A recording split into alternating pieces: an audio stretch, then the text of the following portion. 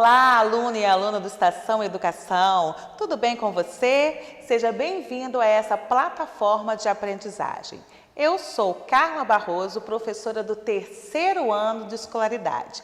Estou aqui para compartilhar mais um conhecimento com você. Então, como eu sempre digo, força na peruca, ó! Vem comigo! Como eu sempre digo, aula de matemática. Então, a força na peruca tem que ser dobrada. Vamos dar uma olhada nessas imagens. Você sabe o que é isso? Já viu em algum lugar? Sabe para que serve? Trata-se de gráficos e tabelas. Hoje vamos aprender a utilidade dos gráficos e tabelas no nosso cotidiano.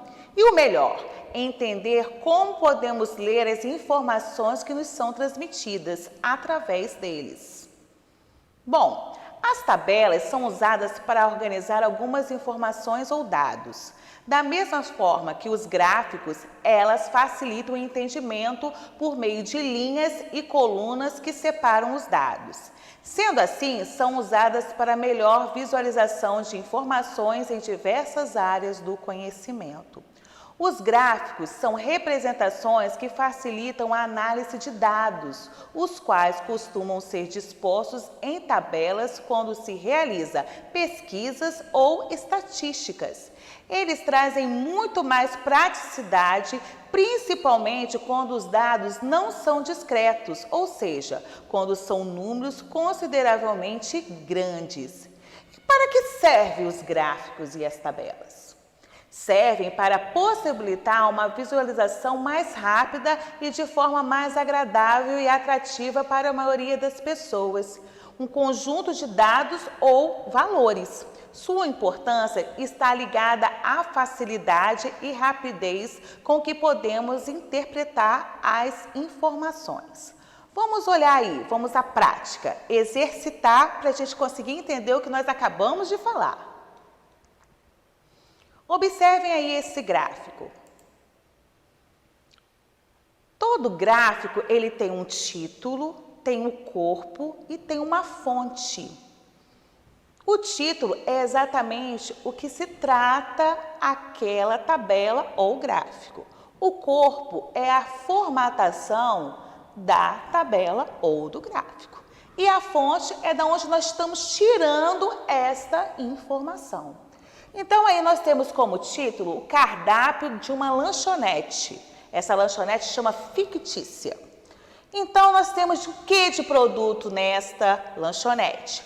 Chocolate em barra, suco de laranja, pão com queijo e açaí. E logo temos aí ao lado o preço de cada um desses elementos.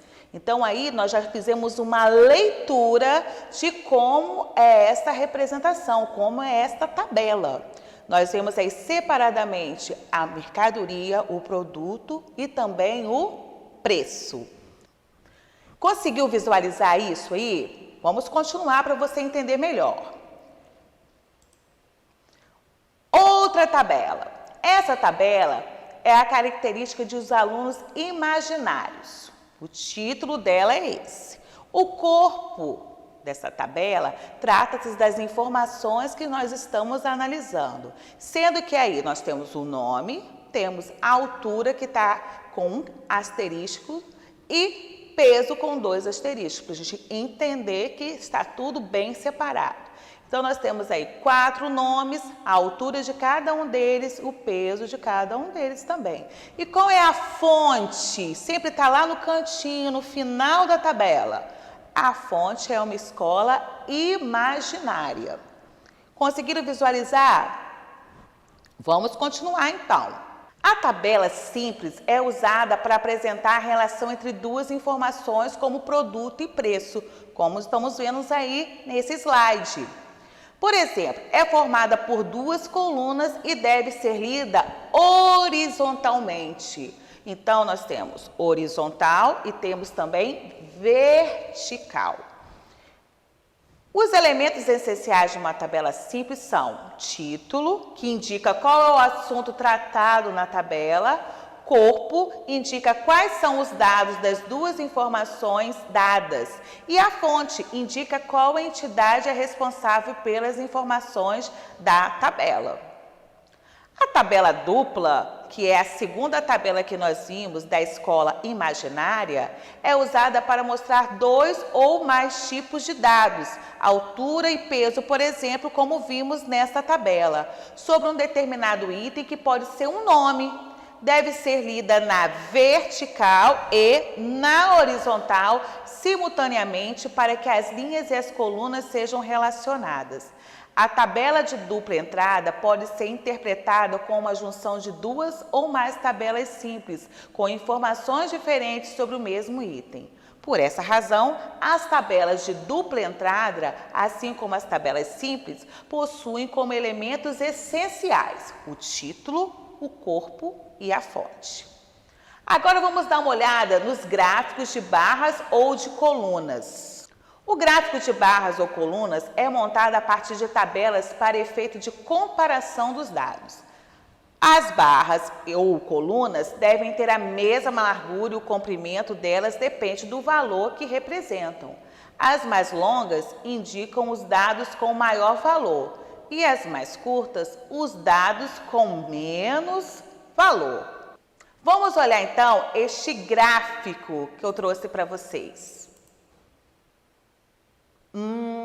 Observem, verticalmente nós temos aí o número de torcedores de um time. Temos aí na tabela, verticalmente, o número dos torcedores de alguns times que nós vemos aí na horizontal. São os times Palmeiras, Santos, São Paulo, Grêmio e Flamengo.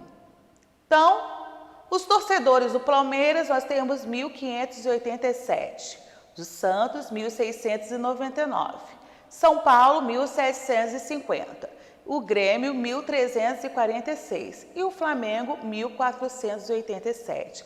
Nós podemos observar pela altura de cada coluna aonde está relacionado o número e daí nós tiramos aí o que? Conseguimos ler este gráfico. Está faltando algo neste gráfico. O que está faltando? Vamos ver se você consegue adivinhar? O título!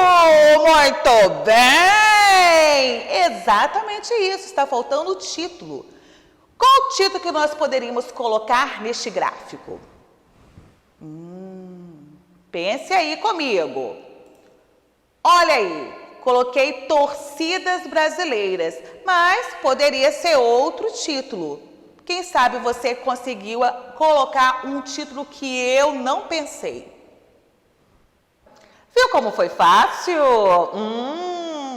Aprendemos sobre tabelas e gráficos, como são formadas e quais informações nos fornecem e como podemos interpretá-las.